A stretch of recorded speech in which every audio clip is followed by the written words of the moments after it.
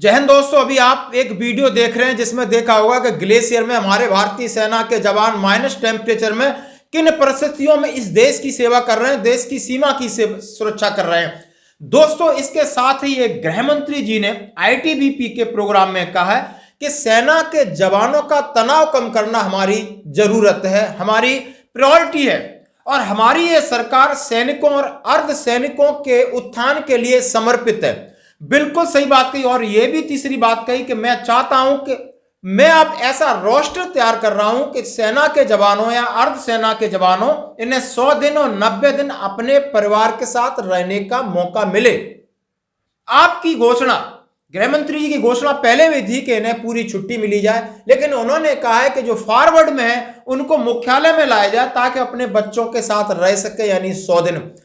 बिल्कुल हम गृह मंत्री जी से मांग करते हैं। उन्होंने कहा है कि यह मानवीय दृष्टिकोण से देखा जाए तो हमेशा इस परिस्थितियों में लगातार ड्यूटी करने से ऑटोमेटिक तनाव बढ़ता है और यह तनाव आपको अर्धसैनिक बलों में और सैनिक बलों में देखा गया है। और ये इसकी चरम सीमा भी देख ली कि आपस में बहुत सारा उन्माद हो जाता है और जिससे कई लोगों ने अपनी जान से हाथ धोना पड़ता है। बिना इंटेंशन के, बिना किसी के एक प्रेशर है जो दिमाग में घूमता रहता है। बंदे की नींद पूरी नहीं होगी, बंदे को एंटरटेनमेंट नहीं मिलेगा, बंदे की फैमिली नहीं मिलेंगी, उसके बच्चे नहीं मिलेंगे, तो वो रोबोट नहीं है, ये सेना का जवान है। मशीन थक जाती है लेकिन ये नहीं थकता है। मना तो कर ही नहीं सकता क्योंकि इसकी वोकैबुलरी में, उसकी डिक्शनरी में नहीं करूंगा जैसा शब्द होता ही नहीं है। चाहे वो शहीद हो जाए, चाहे वो कुछ भी, कितनी भी बीमार हो जाए, लेकिन मना नहीं करता है। और इतनी परिस्थिति में देख करके आपको भी यह सोचना होगा कि जवानों को सेना के अंदर 90 दिन छुट्टी का रोस्टर तैयार करिए। नहीं, आपने बता दिया कि प्रीमेचर आप धीरे धीरे कम कर रहे हैं, तो जवानों को 90 दिन की छुट्टी, क्वालिटी ऑफ टाइम, उनकी फैमिली के साथ रहना हो।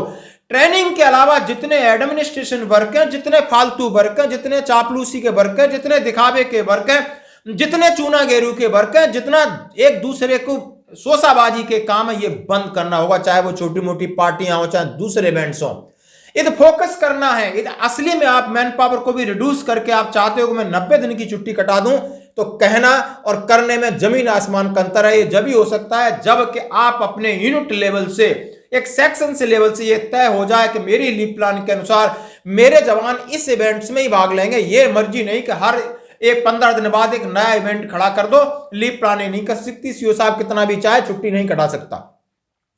मुख्यमंत्री जी ने कहा है कि प्रधानमंत्री जी भी इस बात के लिए समर्पित है। मानवीय दृष्टिकोण की भी आप बात करते हो, यदि मानवीय दृष्टिकोण की जिस दिन आपके दिमाग में आ जाएगा, कोई भी अंदर इंसिडेंट नहीं होगा और जवान खुशी खुशी, कोई प्रीमेचर नहीं जाएगा, पूरी नौकरी करेंगे। और इस बात पर तवज्जो बहुत जरूरी है। ये बात आपने एक सेमिनार में कहा है, लेकिन इस बात के लिए आप रोस्टर भी तैयार कर रहे हो। ये अर्धसैनिक बल और सेना में ये जरूरी हो कि 90 दिन जवानों को छुट्टी मिले, अर्धसैनिक बलों को 100 दिन छुट्टी मिले, अपने परिवार के साथ रहें ताकि तनाव कम होगा और अपना वो 100% इस देश की सेवा के लिए दे सकते हैं और बहुत सारे गलत टाइप के इंसिडेंट है उनसे बचा जा सकता है। ये बहुत अच्छी पहल है।